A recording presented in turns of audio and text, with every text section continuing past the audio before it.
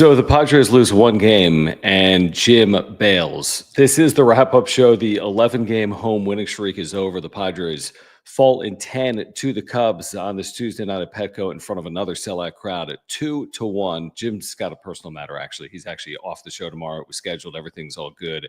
But this was always the plan. So Padres are 14-4, and they've run into a team that has played well against them. The Cubs are 3-2 against San Diego, and obviously the Padres aren't going to win every game they played this year, but they had opportunities. I'll tell you that. Both of these teams had opportunities. The Padres fall. They squander some opportunities, specifically early, I thought, off Shota Imanaga in this 2-1 loss. So make your way in, and please subscribe to this channel because we're going to be with you during the good days, and there's been a lot of good ones to start this year, and we'll be with you on some of the disappointing ones as well, including tonight. Again, the Padres actually were an underdog in this game because it was Shota Imanaga opposite Randy Vasquez. They're dealing with injuries, and it felt like maybe it was going to be another one of those nights. Manny Machado off the drop foul pop-ups took advantage and gave the Padres a lead, and certainly San Diego had chances to win this game before falling 2-1.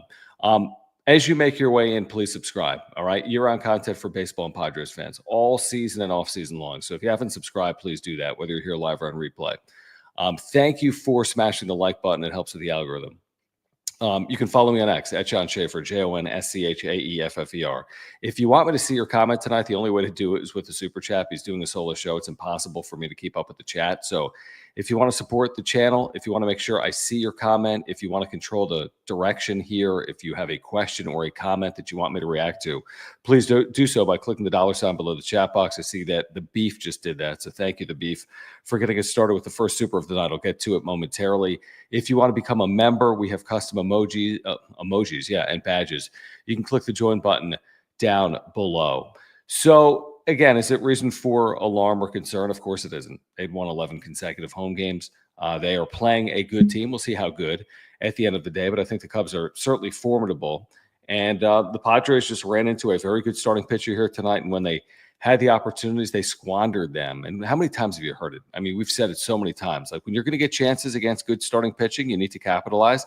And they had multiple chances in this game. So did the Cubs, by the way. The Cubs easily could have scored more than 2 runs. I think you could argue the Cubs had more chances than the Padres in this game. But, against Shota Imanaga in the 3rd inning, they load the bases with 1 out for Manny Machado, and he strikes out, and the Padres don't score in the inning. Then the 4th inning, it's 2nd and 3rd with only 1 out, and Hayward is the first to strike out, and the Padres don't score in the inning. Now, they eventually take the lead after the 2 dropped foul balls in the same plate appearance for Manny Machado. I don't think I've ever seen it in my life. And then he makes the Cubs pay, and he homers over the left field wall, and you're thinking, wow, that is something I've never seen before. And the Padres are once again doing something that's improbable, and they're going to win this game, right? Because they hold every lead. This is the first time this season a reliever has entered a game for San Diego and relinquished the lead. And, oh, by the way, this had nothing to do with the reliever. I think Morejon entered with a runner at 3rd, allowed that bunt down the first base side that Arise bobbled. That scored the game-tying run. And then Morejon got out of a jam, and then Estrada got out of a jam, and then Adam got out of a jam, and then Suarez nearly allowed a home run off the right field wall in the 9th and got out of a jam. And then Matsui, truthfully, I mean, what are you really asking for in that spot? I mean, preferably you're looking to, obviously limit damage, and obviously, ideally, you're trying to, prevent the Cubs from scoring in that spot. But allowing 1 run, you're giving your team a chance to win. I mean, allowing 1 run with a runner on 2nd and nobody out, you're giving your team a chance to win, and the Padres just didn't capitalize in the bottom of the inning. The Connor Joe strikeout, they steal 3rd, the ground ball in the infield. We'll get into that. I want to get into all of that and the strategy behind it. But 0 for 7 with runners in scoring position, obviously not good enough tonight. Not that the Cubs are really better. 1 for 14 here tonight. It's almost like neither team fully deserved to win this game. And it's the Padres that falter for the first time all season at home as they lose 2-1. So make your way in. Subscribe, smash the like button, and thank you for the super chats. We'll get to all of them here tonight. Just click that $ below the chat box. I got a full hour for you. And again, if you missed it, Jim was always scheduled to be off tonight. He's off tomorrow on John and Jim as well, but I'll be with you for the next hour. The Beef, thank you for the first super of the night. He says, this goes to Randy Vasquez. He's becoming a true major league pitcher and is only improving. Will be a big part of us through the season. Bound to happen when the series tomorrow. I think it's a good way to look at it, the Beef, and thank you for your longtime support of the channel. I thought Randy Vasquez was really good in this game, and they're not asking him to be anything more than a 5 inning guy. Because with this bullpen, you're not trying to stretch Randy Vasquez, right? And they've limited his pitches. He's not been a guy to throw 90 plus pitches this year. I'm trying to find out how many pitches he threw in this game here today. He threw 80, 51 of which were strikes. He left the game with a 1-0 lead, but again, that runner at third base that would come around to score on the bunt to a rise that was bobbled later in the inning. But 5 innings, he scattered hits, I guess, right? I mean, there were base runners, and the Cubs had various chances, but he was able to get out of some spots. And you look at what he's done the first month in the season. He's got a 1.74 ERA. I know his command at times has been erratic, but it hasn't really hurt him. He did have 2 walks here today in 5 innings. He hasn't been a strikeout guy. He's not going to overpower you, right? But he's learning how to pitch at the big league level. I think that's a good point from the Beef, and he certainly gave the Padres a chance to win this game. None of this is on Randy Vasquez. I don't think you put any of this on the pitching staff. When you hold the Cubs to 1 for 14 with men in scoring position, when you hold them to 2 runs in 10 innings, 1 run in 9 innings, that should be good enough. Especially at home in front of a crowd like this. Like, you're thinking you allow 1 run, and yeah, you're facing Shota Imanaga, but you'd like to think you can score more than 1 run in 9 innings, and it just wasn't meant to be today, as will be the case sometimes over 162 games in the major leagues. But yeah, I think it's a very good point. I think Randy Vasquez is emerging, and I think the Padres, rotation is a good one. I think you could argue it's a very good one with King and Cease and Pivetta and the way Vasquez has pitched. We'll see about Kyle Hart, but they're going to get Yu Darvish back. We'll get into some injury updates as we roll along this hour, but there's nothing to overly concern ourselves with from the starting pitching perspective. The bullpen has been elite. This is one of the top pitching staffs in baseball, probably a top 2 pitching staff in baseball right now. So I don't think any cause for concern in allowing 2 runs in 10 innings to a good offense, a formidable offense in the Chicago Cubs. They have really good pieces in this lineup that we've seen now over these 2 series between these 2 teams, whether it's Tucker, Nico Horner, obviously the veteran Dansby Swanson, Happ in this lineup. I mean, this is a good lineup. Pete Crow, Armstrong. This is a solid offense that the Padres have been dealing with here in April. Chano or Chano, I'm not sure how to say it, but thank you, man, for the super chat. Appreciate you. If you want to contribute or weigh in, you can click the $ below the chat box. He says, depth concern is real for this team. Connor Joe is a career 242 hitter. Yuli can't hit water if he fell out of a boat. JD Martinez is available. He is. He remains a free agent. I'm also not going to say that, again, I don't think tonight, and you guys know us, when there's a reason to react and critique, we will fully react and critique. Tonight is not the night to overreact or be overly critical, in my opinion. If you disagree, that's why we have a live comment and chat going on right now. That's why we have the super chat. So you may, and I respect that. Listen, the Padres are dealing with a lot of injuries early in a season. I'm not expecting this to be the norm, although you never know if it's going to be or not.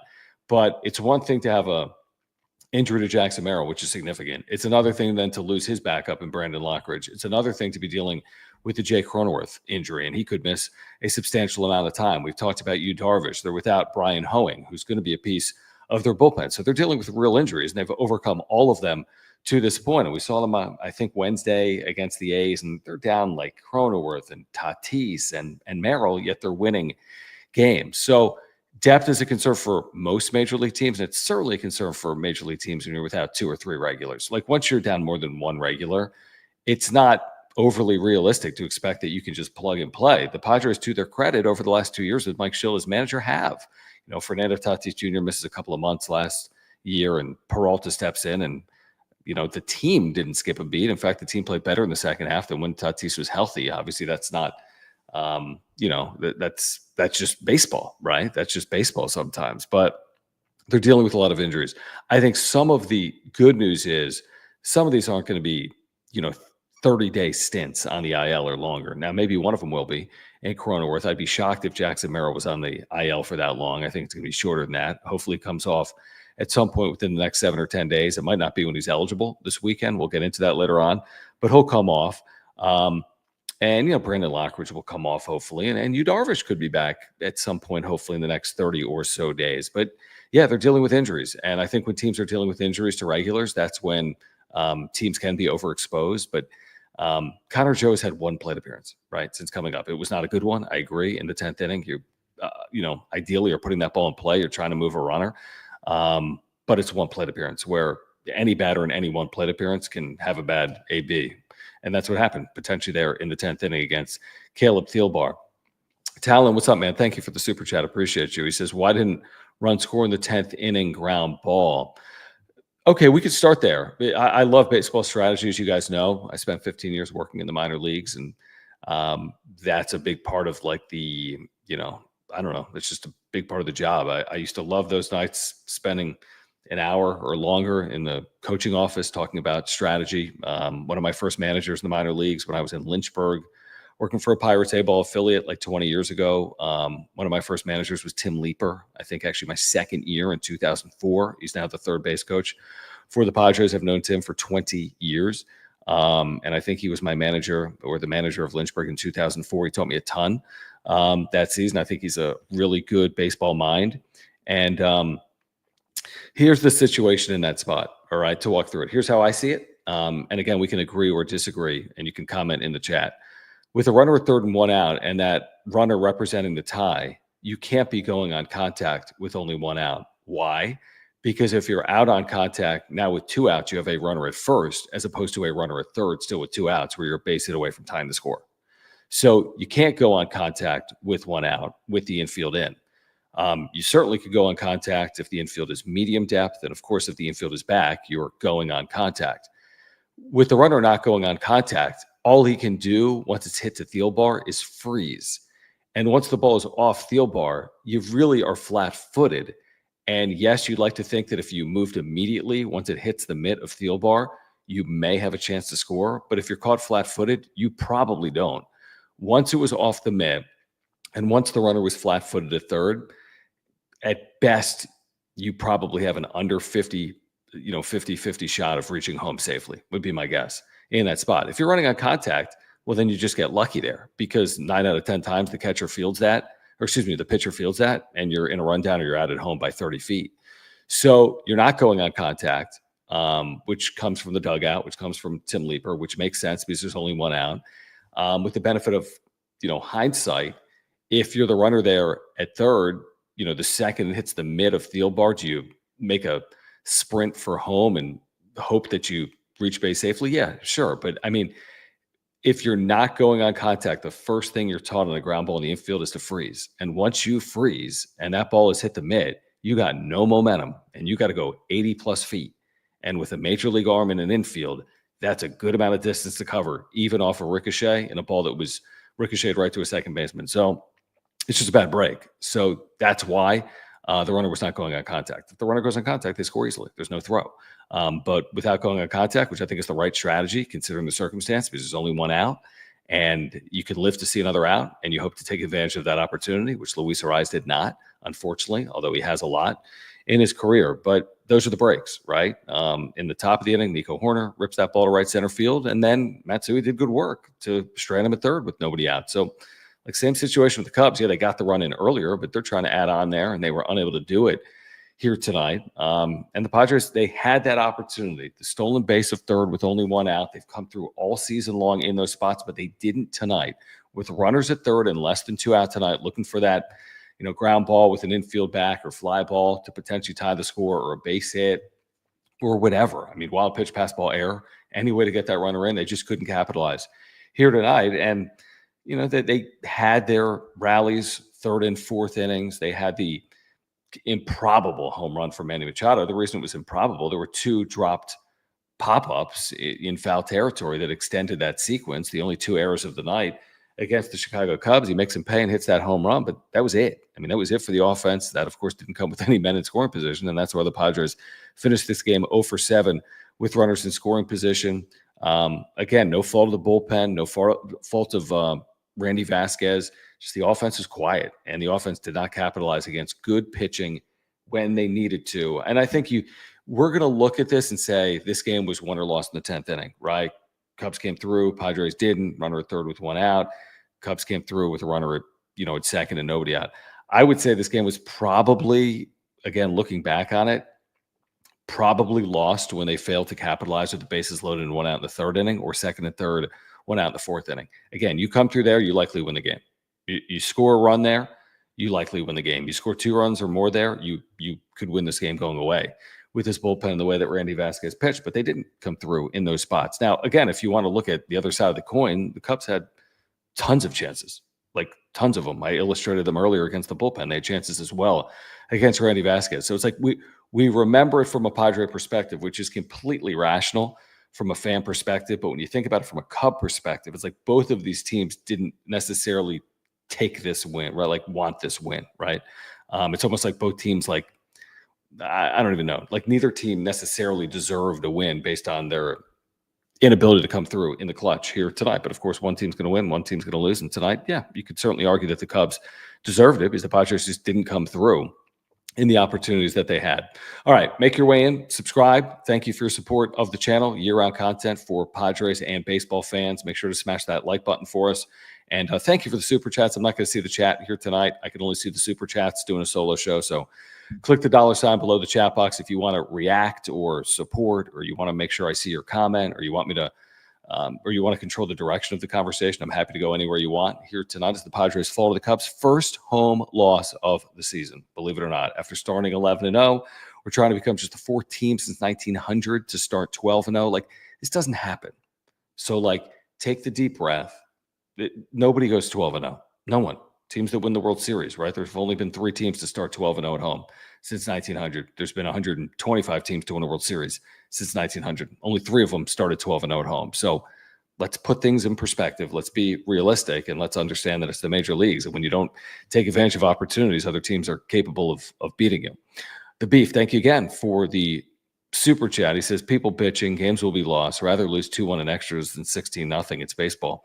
Win tomorrow, win the series. I understand. Listen, in any individual night, any one game, and we spend hours watching these games. Everyone here, the hundreds of people that are here live and the thousands of people that will be here on replay, you spend a lot of time watching it, right? You go down to the ballpark, you spend your money, you watch it on TV after you put your kids to bed or whatever you're doing, right? So you're spending hours a day watching this team. So I understand the frustration. When it's good, it's good. And when you lose, you're frustrated. That's how sport works. Like, completely understandable, completely reasonable. But I would be cautious and careful on a night like tonight to be, not just overly critical, just critical in general. Considering the way this team has played, nobody thought they'd be 14-4 out of the gates. No one, including them. Like, let's be honest. Nobody thought they'd be 14-4. They're still tied with the 98 Padres for the best start in franchise history. That team wasn't 15-3. They were 14-3 and lost their 18th game. And we know how this works. There's going to be bad series, and hopefully there's going to be hot streaks, but not every week is going to be a great one. It doesn't work like that. Kind of like life. You don't have 6 consecutive months of really good days. You don't do it in life, and you typically don't do it in sports. And yes, there'll be one major league team that maybe rattles off 100-something wins, and by and large, it looks pretty good almost each and every night. But for the other 29 teams, there's ebbs and flows, and there's, highs and lows. And, hopefully the Padres are capable of playing at a high clip for a good portion of the season. Nobody's playing 14-3 winning percentage all year long. No one. That's winning 130 games. Nobody's doing that. Nobody's getting close to doing that. So this is going to happen. And, they're going to face teams like the Giants, who have played well, and the Diamondbacks, who are capable, and the Dodgers we know about, and more. It's the universal schedule. You're going to face everyone. So you'll have weeks where the schedule looks good. You'll have weeks where the schedule is more challenging, like the next week on the road, Houston, Detroit. Like, that's a real test, I think, for San Diego, especially with the injuries on the road. But I'd be lying if I said I was even concerned coming off a game like this. I just don't think that's reasonable or realistic based on what I've seen. If anything, I'm overly encouraged based on the play of this team and the way this season has started. And I think most Padres fans would agree with that sentiment. JD's third, appreciate you, man.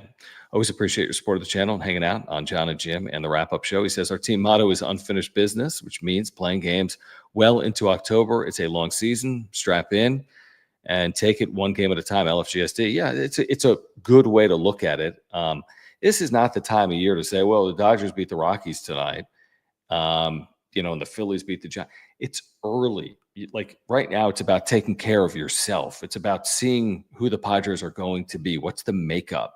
What's their health look like? What's the identity of this group, right? That's what this time of year for me is about. Like, you're just out of the gates. Like the horse race analogy, we're nowhere near down the stretch they come. Like, we haven't even gotten around that first turn. at Churchill Downs, let alone the second or third and down the stretch, right? We're just over 10% into a season. So let the season settle in. All the indicators are good. They've hit in the clutch. Not tonight, but in the first 17 games, they've hit in the clutch. Highest batting average in baseball. Pitching staff is one of the top 2 or 3 in the sport. Bullpen has been elite. Bench has been productive, even though it was questioned coming into the year. Players like Gavin Sheets have fully emerged. You're watching Fernando Tatis Jr. in the midst of maybe, an early bid to be an MVP candidate, let's say.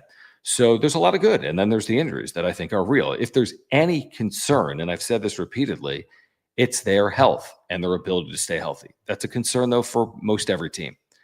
Some teams have more depth than others. That's absolutely fair and accurate. There's no doubt about it. Some teams can overcome more than others, and we'll see how well equipped the Padres are to overcome injuries that they deal with over the course of the year. And they're dealing with them right now, and I think by and large they've dealt with them pretty well. So that's the encouraging part of it for me. And you're going to get Jackson Merrill back, and you're without, one of the better players in the National League, and arguably the best center fielder in the National League, and one of the top maybe 2 center fielders in baseball in Jackson Merrill. So that's a big piece, and there are no excuses here, and they don't need excuses. They're 14-4, and they lost a home game, and it won't be their last home game that they lose this year. And an 11-1 start is good, and let's see if they can win this series. You heard what I said after Sunday, after the sweep, coming out of that Rocky series where they didn't allow a run. I said, don't get greedy here. I mean, we all want to, but win the series against the Cubs. That was the desired result. That's the Mike Schilt line post-game, right? Win series, you win at a ridiculous clip. When you consistently win series, you can win it over a 60% clip. So win this series, respond on Wednesday behind Nick Pivetta. It's a good pitching matchup. You're facing another lefty in Matthew Boyd, who's been good. I think lefties are absolutely tougher on this Padres lineup than righties. There's no question about it. It's been able to bear out early in this season when you look at OPS against right-handed pitching, OPS against left-handed pitching. There's about an 80-point discrepancy from 811, 810 to 730. It probably drops down tonight from 730 to, I don't know, making it up 720, somewhere in there. So, yeah, they've hit right-handed pitching much better than left-handed pitching. That still has to shake itself out, obviously. They went predominantly righty-heavy in this lineup tonight with Cronenworth injured, with Merrill injured. It did not pay off. And I think it's a minor concern. I think it's something to keep an eye on. How do they fare against left-handed pitching this year, or left-handed starters? I'd rather be, if I was choosing, would I rather be worse against left-handed starters or right-handed starters? There's no comp there because you're only going to face left-handed starters 30% of the time, let's say. So, but they're going to back-to-back here on good ones in Imanaga and Boyd coming up on Wednesday afternoon. 1:10 is the start time on Wednesday. All right, I will get back to the conversation. Again, if you're here live or on replay, if you wouldn't mind subscribing, we appreciate your support of the channel. Please smash the like button. Helps with the algorithm. Please follow me on X at John Schaefer, JONSCHAEFFER. And thank you for all of them here tonight. Just click the $ below the chat box. I do want to remind you about our title sponsor, Mark Nimitz. We've been texting here back and forth a little bit tonight. And Mark is a great insurance agent. He's been the title sponsor of the wrap-up show since day one, which is unbelievable because I don't even know if we ever get this channel off the ground, truthfully. We're approaching, 9,000 subscribers, and we have this amazing community that hangs out with us each and every day in the season and out of season, whether it's on John and Jim on the radio or the wrap-up show here on YouTube. And I don't think we ever get the channel started without Mark. And Mark has become a huge, huge part of this channel, and he's been an amazing resource for me because I have homeowners, life, and earthquake insurance policies through Mark, and you can as well. And he's got great service and communication. I've had to call Mark so many times because I've had a question about something, and he gets back to me immediately. And he's available to you on nights and weekends and via text and via email and however you need him. And you can click the link in the description down below to get free quotes online, or you can call him and he'll talk to you about the Padres fast start, and he'll get you free quotes over the phone. But whatever you need, he's going to save you time and money. Trust me. I had to file a claim a couple of years ago. We had a flood in my place here, and he saved us so much money and so much time. I mean, just so much money and time. So he's a great insurance agent. He's got great service and communication. I've been with him for 4 or 5 years. You should as well. Before you renew, get in contact with Mark. And if you support our channel, please support Mark Nimitz at Farmers Insurance. All right, John Schaefer with you here on the wrap-up show. Let's see, there's a lot to react to. I mean, we could certainly get into some of the semantics of this game, whether it was how the Cubs tied it up on that bunt off Morahone when Arise bobbled it. I thought Arise then kind of redeemed himself later with that really good throw from first to cut down a run later in the inning. Then Estrada had a bad throw that Bogarts couldn't hold on to in the 7th inning, but he got out of it with a strikeout of Swanson. Then there was that line out to Sheets to end the inning, and then Jason Adams stranded a runner at second in the 8th, and then Suarez stranded a runner at second in the 9th. Like, they stranded runners all night long, which gave them an opportunity to capitalize and potentially win this game. But unfortunately, the offense didn't come through. But I don't think you could ask for more out of Vasquez in terms of stranding runners, and then the bullpen stranding runners, and even Matsui. And I think Schilt commented on this. I heard him briefly post-game. There are only 4 or 5 questions for him. But, he was like, he thought Matsui was good. I mean, those are really tough spots to be put in with the go-ahead run at second and nobody out, which ultimately becomes an unearned run. This, nouveau baseball that's played out since the pandemic, right, over the last 5 or 6 seasons, putting a runner on second in the 10th inning. Some of me likes it because you're ending games quicker and it's the regular season, but some of me doesn't, because it's just not the way baseball is played, except in the regular season in extra innings. So it is what it is. Both teams deal with it. Both teams had opportunities, and the Padres didn't capitalize, and the Cubs did. So, that's tonight. That's what transpired. And, from here, it's about getting this team healthier. And we got some updates, I think, here today, whether it was on, I think Yu Darvish threw off a mound here today. So maybe the next step for him is going to be a bullpen. Then he would have to make rehab starts, presumably. So he's at least weeks away. But the question is, how many weeks? And hopefully it's not months, but it's only weeks. Here are the updates AJ Cassavell had. So Darvish played catch, and he threw off a mound. No date set for his first true bullpen. So hopefully that comes in the days ahead. Now, Jackson Merrill, remember when he initially suffered this hamstring, we thought, day to day, which is what they said initially. He didn't go on the IL the first day. He ended up going on it the second. It was retroactive. I remember thinking in that moment, okay, so they're going to be overly cautious here, but he was day to day. So certainly he'll be back in 10 days, but not so fast. Both Kevin Acee and AJ Cassavell reporting today that Merrill's ramp up has been slow. He just has begun some level of baseball activity, but he has not done any running as of yet, and he's eligible to come off the IL, I think, on Friday. So if he hasn't run, he's not coming off the IL on Friday, but they'll have multiple tests for him, like running the bases and dead sprints and moving laterally. That's going to play out over a period of time, not just 1 or 2 days, probably longer than that. But he did do some BP today, so that is encouraging. He did some bunting today per Cassavell, but he hasn't run as of yet. Another eye to keep an eye on, as good as this bullpen is, you kind of lose track of some of the guys that are out, including Brian Hoeing, who has been out since the spring, and he was a pretty important piece in the second half after the trade deadline last year for San Diego, and he threw a bullpen. He's thrown multiple bullpens now, and he threw breaking pitches today during his bullpen as well. So it sounds like Brian Hoeing might be getting closer to, maybe a rehab outing or returning to the major leagues, but there's no question about it. I mean, the Padres have had to overcome injury, and I think they've done a really good job of doing that to this point this year. And I don't think tonight really had to do with health, right? Like, to me, when I think about this game, like Manny Machado with the bases loaded in that 3rd inning and striking out, I mean, that doesn't have to do with Jackson Merrill being out or, Jason Hayward. Sure. I mean, Hayward's in center,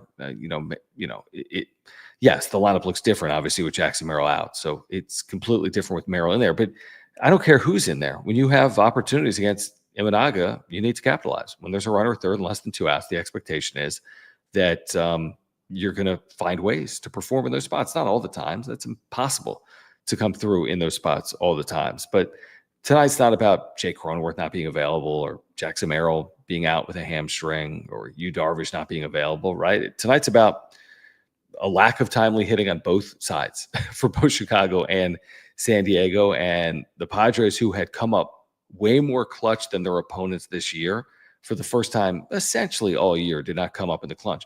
This was the first time all season. I mean, this is pretty crazy. They've played 18 games. Only 4 of those games have they played a bottom of the 9th inning. The 3 games that they lost on the road, the 3 games that they won on the road when they held on to a lead in the bottom of the 9th inning. And then tonight, this is the first time they had an opportunity to walk off or play the bottom of the 9th inning. This is the first time they played an extra inning. So by and large, in the clutch, they have come through. They haven't been in many close losses. This might be their first I think this is their first one-run loss, right? Because the two losses in Chicago were not lopsided, but they lost handedly. The loss in Sacramento, they with Dylan Cease on the mound, they lost by 5 or 6 runs. And then today, in extra, this is the first close loss they've suffered this year. I think it's a good indicator because they've been good in close games and one-run games. Not today, but again, not because of Robert Suarez. He comes on in that non-safe spot, gets out of that 9th inning and brings you to a 10th inning. And Yuki Matsui's been really good for this team. And even with that run scoring, again, they had chances. They really did. They had chances to win this game here tonight. They just didn't capitalize on those chances. So what do they say? Like, what's the adage? It kind of is what it is. And you look at that final line for Imanaga, who has really pitched well against the Padres, by the way. Not just the Padres. He's pitched well in his career, but he's really thrown it well against the Padres. And you look at this final line from Imanaga, who's kind of carved up the Padres in 3 career starts, including twice already this year. And, he only went 5 innings, and they made him throw 93 pitches in 5 innings. Like, how many pitches is that per inning? Let me do the math on that.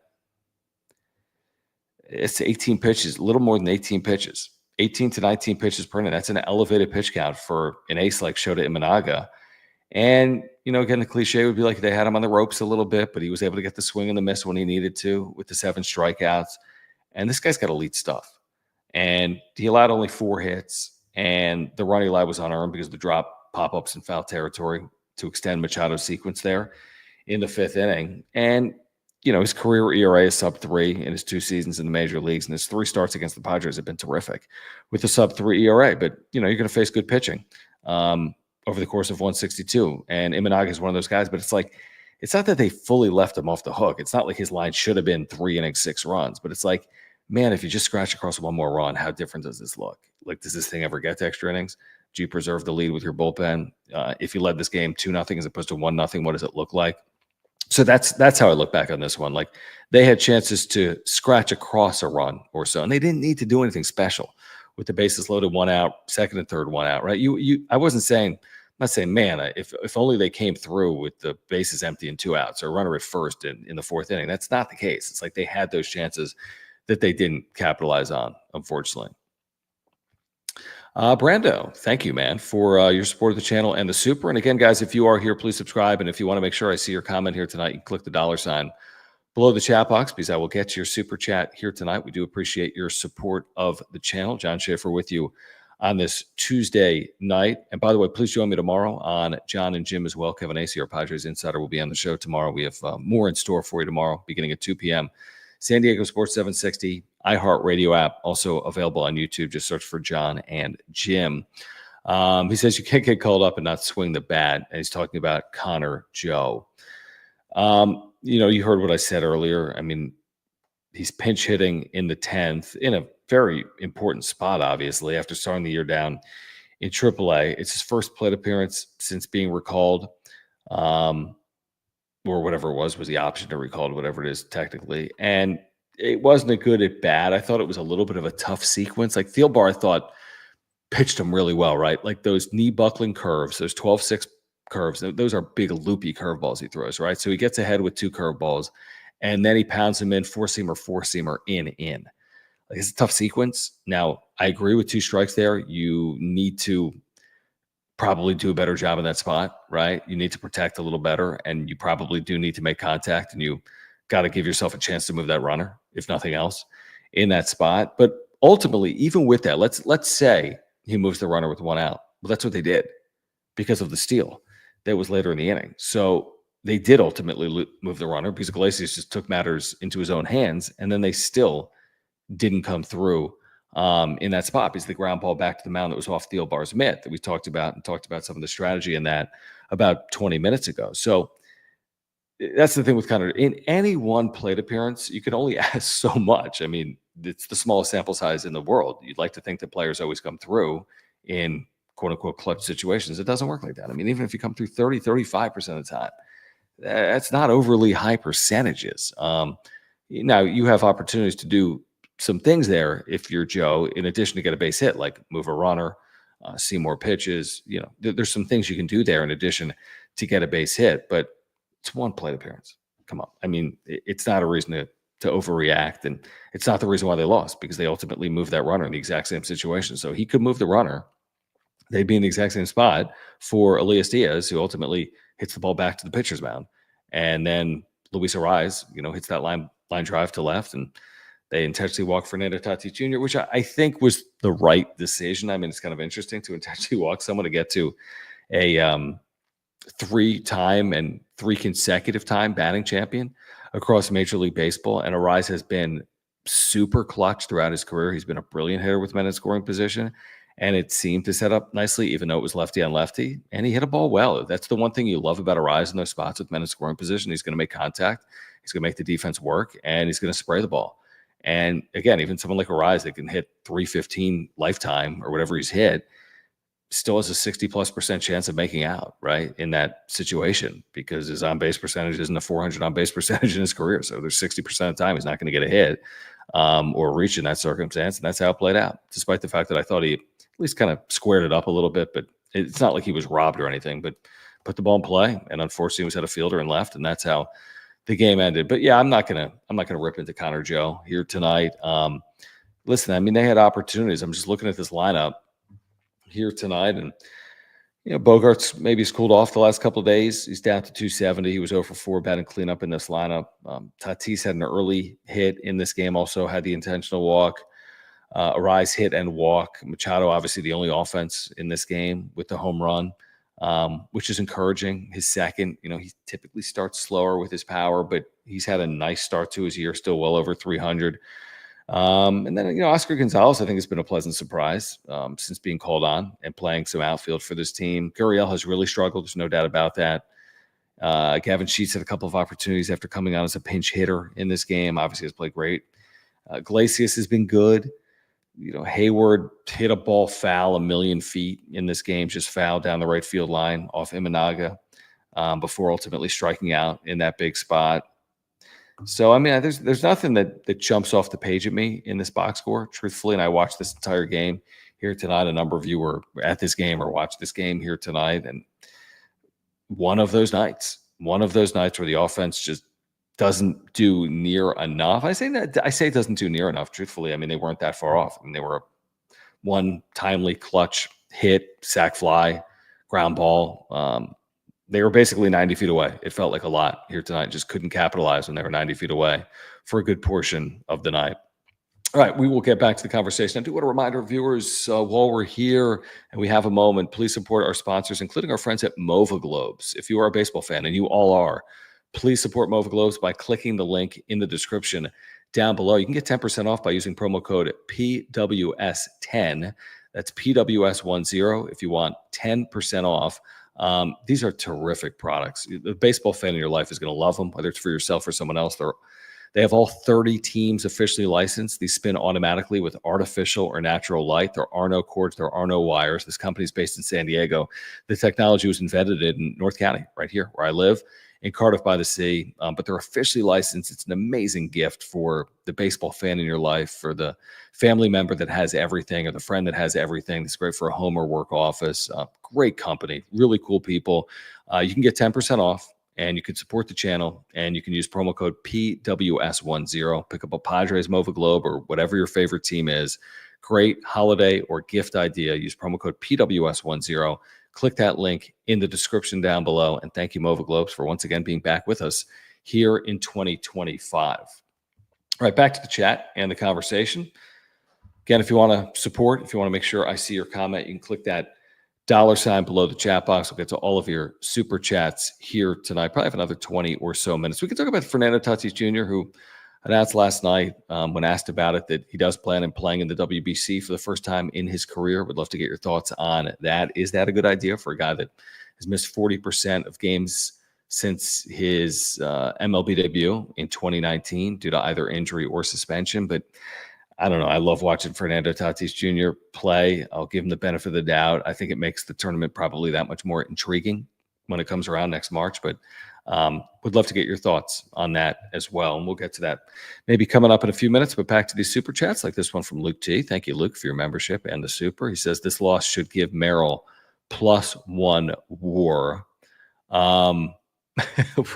Because of some of the struggles you're saying from whether it was, Hayward or Joe, um, DH spot. I mean, listen, you don't need to see a Padre team not play well without Jackson Merrill to understand the importance of Jackson Merrill. Like, it goes without saying that this is the type of player that has a chance to be like a top 5 MVP candidate at points of his career and could fall to bed in Major League All-Star games for the next 10 years.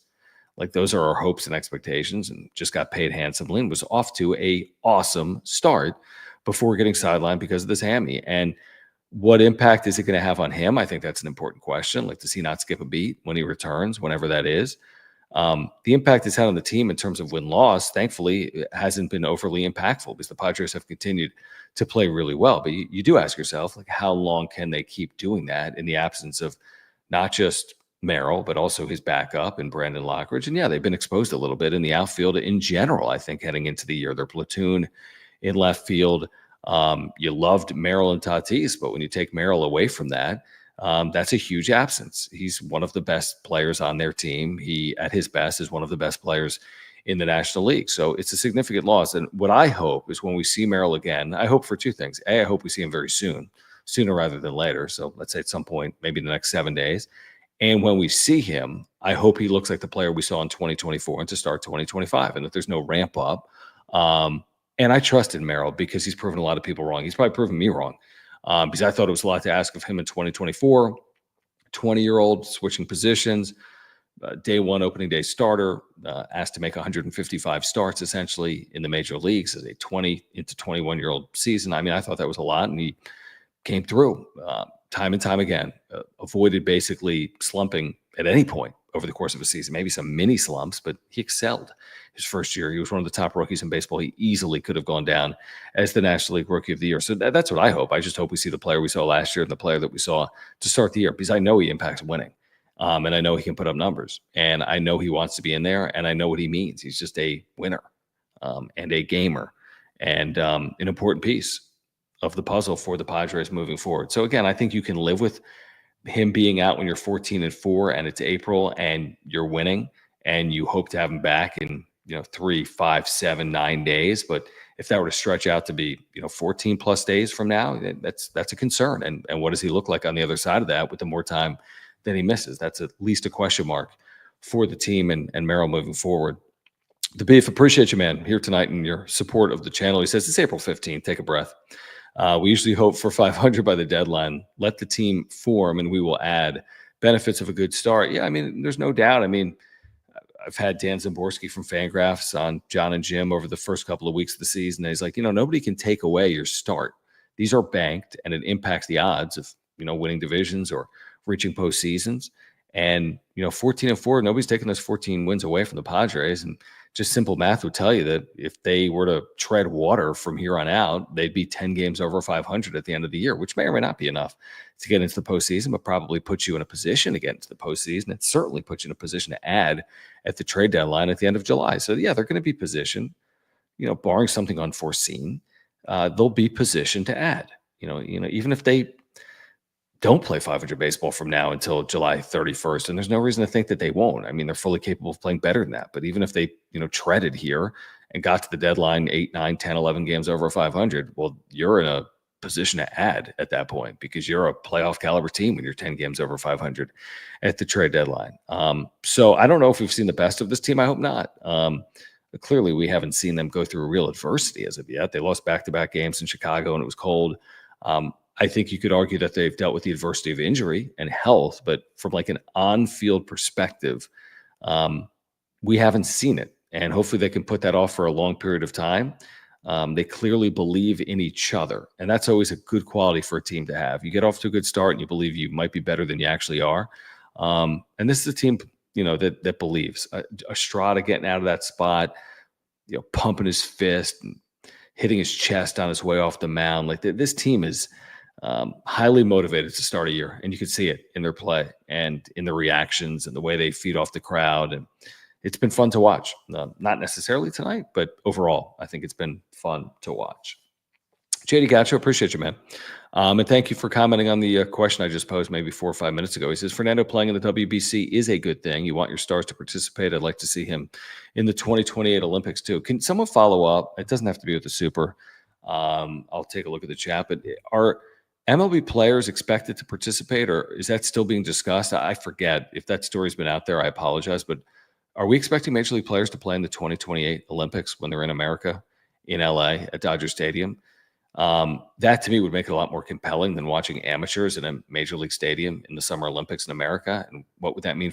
Are they going to shut down the Major League season though to play in the Olympics in 2028? Listen, I think the WBC in 2023 was very compelling. I think it's become very credible, the event.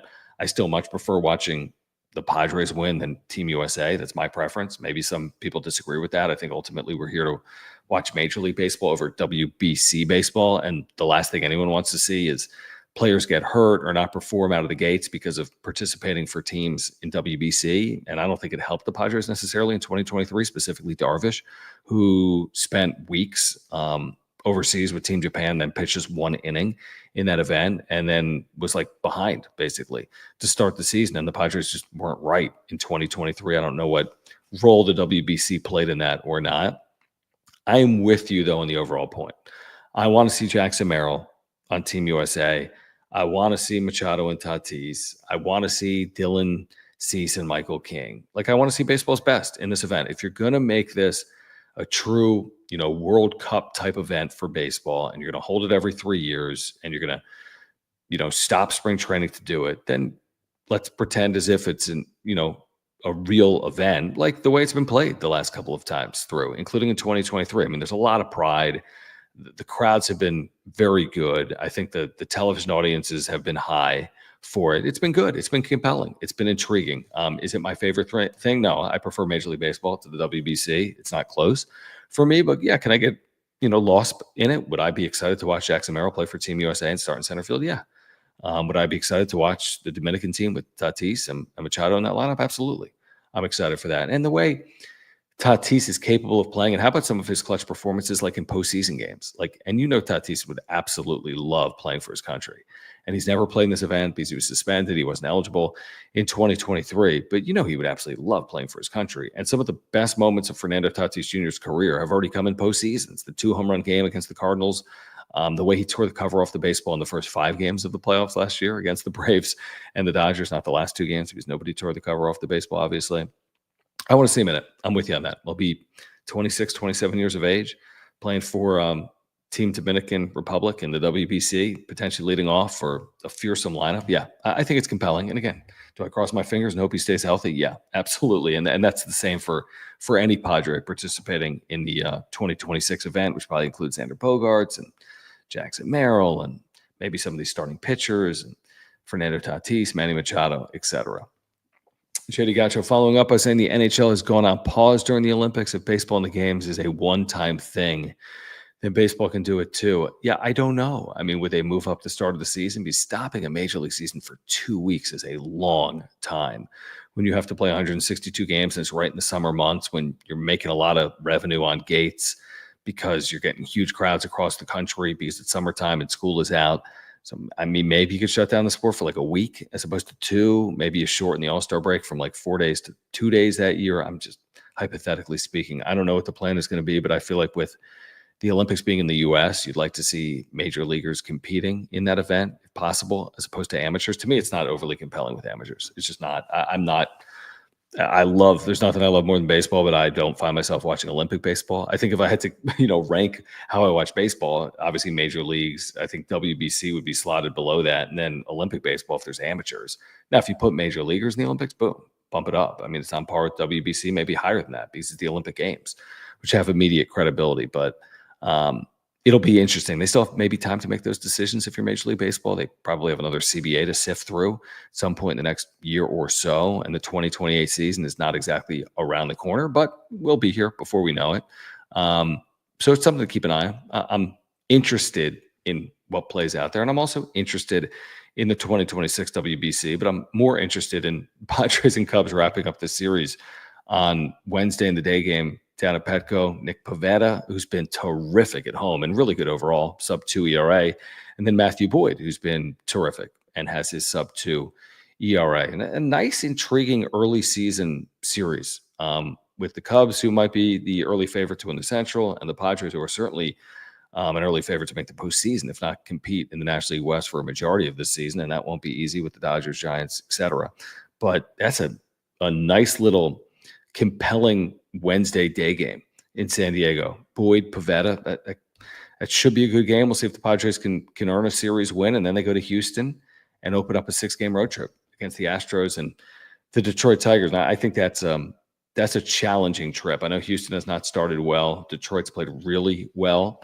And the Padres, against small sample size on the road, 3-3, at home 11-1. So that'll be, it'll be interesting to see how they play when they get to the road for a second time this year, coming up Friday, off an off day on Thursday. But all things considered, you win tomorrow from a Padre perspective, you don't feel good, you feel great. If you get to the road 15-4, you don't feel good, you feel great. That's what I'm telling you. And I think if you're a fan, I'm not going to tell you how to feel. I can't do that. But I'm telling you how I'm going to feel. And I'm telling you how that clubhouse is going to feel on the flight to Houston. They're going to feel great. If they win a series against the Cubs, remember they lost that series in Chicago. So first of all, you want to win it from a tiebreaker perspective, because if you win it, you're 3-3 against the Cubs. You don't want to lose it and be 2-4 and not have the tiebreaker against Chicago in that hypothetical if both teams are vying for wild card spots. But again, you just want to avenge losing a series earlier this year to the Cubs. You want to get away on a good note and win a home series and avoid back-to-back home losses after starting the year 11-0 at home. So I'm compelled. I'm excited about this game tomorrow. I'll react to it, by the way, on John and Jim tomorrow. Once it goes final, we'll hear from Mike Schilt. We'll talk to Kevin Acee. Once it goes final, we'll have other guests for you. We'll get you ready for the Astros series coming up on Friday as well over the course of the next day or so on John and Jim on San Diego Sports 760 and on the iHeartRadio app. So very much looking forward to tomorrow's game and what comes next for the Padres. While we do have a moment, I do want to remind you about our partners at Underdog Fantasy. If you're not playing fantasy sports with Underdog, now is a perfect time to do it. And if you use promo code PADSWRAP, that's PADSWRAP, you can click the link in the description down below. They're going to give you a free gimme pick and a 50% deposit match up to $1,000. So it's their best offer ever. And you can play along right now and you can win big, like a simple $10 wager. You could say that, Josh Giddey has higher than 18.5 points tomorrow, and you can pair that with a Major League Baseball play tomorrow as well. They don't have Padres Cubs up as of yet, since that game just went final, but you can, pair it across all sports, whether it's Major League Baseball. Like, for example, we could take, is this tonight? Actually, in Major League Baseball, this might be tonight in Major League Baseball, but you can play across all sports, whether it's NBA, Major League Baseball, NHL, whatever it is. Couldn't be simpler, couldn't be easier. And you can play along right now. Again, you just pair two and $10 pays $25.50, and then you add to it. And if you hit on another, you can keep winning more and more and more. Couldn't be easier, couldn't be simpler. And again, you can turn a $10 wager into hundreds of dollars, if not thousands of dollars, based on results right here. You go 5 for 5, $10 becomes $360. You can flex it, which means you only have to get 4 out of 5 correct to win, and you could still win up to $180. So if you're not playing Underdog Fantasy, you can play along Padres Pick'ems tomorrow against the Cubs. Click that link in the description down below. Use promo code PADSWRAP. That is PADSWRAP. Get a 50% deposit match and a free gimme pick at Underdog Fantasy by clicking that link in the description down below. What else, guys? I got a couple of minutes. If anyone has anything you want me to react to, we can do it. But the first time I've said all year, not their night. Really the first time I've said it all year long, just not their night. I don't think I said it when Dylan Cease didn't pitch well in Sacramento. I mean, he just didn't pitch well in Sacramento. And then the 2 losses on the cold days in Chicago, the home opener for the Cubs, the day afterwards, they just got outplayed those 2 days. But this was the first time that they had an opportunity to win a game that they didn't win. I don't think they really had good chances to win those games in Chicago, or great opportunity to win that game against the A's when Dylan Cease had 9 runs in just a couple of innings and 6 runs in the first inning. But tonight was the first time that, there was a game they had a lead in that they didn't hold, or they were tied in late and they had opportunities and they just didn't capitalize on those opportunities. And that's going to happen because I still think if they're coming through more often than not, there's still sometimes when you don't come through, even when you do come through more often than not. So I'm not concerned. I don't think you should be either. As Padres are 14-4, and just a quick glance around baseball, and that's a great start. I mean, nobody else has 14 wins in the majors. In fact, nobody else has 13 wins. Actually, the Dodgers have 13 wins. The Giants have 12 wins, and Arizona has 10 wins. So this division is going to be a beast. And that's why I'm not going to concern myself with it right now. I mean, I always used to say there's like 3 markers in a Major League Baseball season: Memorial Day, July 4th, and Labor Day. Those are the markers, and you see where you're standing. But we're nowhere near Memorial Day, and I don't think there's any reason to get wrapped up in the standings until Memorial Day, because I'm just telling you right now, I know there's going to be good teams in the NL West. I know the Dodgers will be good. I feel as if the Padres are going to be good, and I think out of San Francisco or Arizona, one of those teams is probably going to be pretty good. Maybe one of them won't, but you're probably looking at a division that might be the best of baseball, and has 3 legitimate playoff contenders, if not 4 legitimate playoff contenders. So, let's just take it game by game right now, and we'll look up in a couple of weeks and see what it looks like. And, there's so much baseball against these division teams. The Dodgers, not until June, and the Giants and Arizona. So there'll be twists and turns, but 14-4 is 14-4. And despite today, the Padres still really have played, obviously, as well as anyone in Major League Baseball. You would have loved to win today. I mean, you can imagine if they found a way to win this thing after the drop, pop-ups, and foul territory against Machado, or if they somehow came through there in the 10th or in the 9th or whenever they had opportunities. I mean, it would have felt like an April team of destiny, but it's April. Is there any such thing as a team of destiny in April? But it is nice that they've gotten off to this start at 14-4 overall. All right, so join me tomorrow, John and Jim, San Diego Sports 760, beginning at 2 p.m. Once the game goes final, we'll full reaction. We'll hear from Mike Schill. We'll have kind of like a quasi wrap-up show. We'll hear from Kevin AC as well. So make sure to be with us on YouTube. Search for John and Jim 760, or on the free iHeartRadio app, or again on San Diego Sports 760. Please support our partners, Mark Nimitz at Farmers Insurance. If you have an insurance need, Humboldt Casino, who's with us in 2025. Just a terrific place. If you haven't been, you need to get out there. Mova Globes, use promo code PWS10 to get 10% off one of these puppies. And again, Underdog Fantasy, you can scan the QR code on the screen or click on the link in the description down below. Make sure to use promo code PODSWRAP, that's PADSWRAP, and get a 50% deposit match plus a free gimme pick. Do you guys want the schedule from me, or is that the GM bit? You want the schedule from me? Jim will be back, by the way, for our next wrap-up show. He is off tomorrow on John and Jim, but he'll be back Thursday on John and Jim, and he'll be back for the next wrap-up show as well. Here's what's coming up for the Padres. Tomorrow, Pivetta, Boyd at 1:10. Thursday, off day. Friday, the start of a 3-game series in Houston. Next Monday, the start of a 3-game series in Detroit. And then the next homestand will be the final weekend of April against the Tampa Bay Rays. And then San Francisco, by the way, comes here for 2 days. And that actually is a very that'll be interesting to see where the Giants and Padres are when they meet at the end of April. So that's what we have coming up for the rest of April. It's a long season, and it's been a good start at 14-4. Thank you guys for hanging out, whether you're here live or on replay. Please support the channel by subscribing, by smashing the like button, by following me on X at John Schaefer, with the super thanks if you're here on replay. We really do appreciate it, and we will be back with you tomorrow at 2 p.m. on John and Jim. For Jim, I'm John. This has been the wrap-up show. Thanks, guys.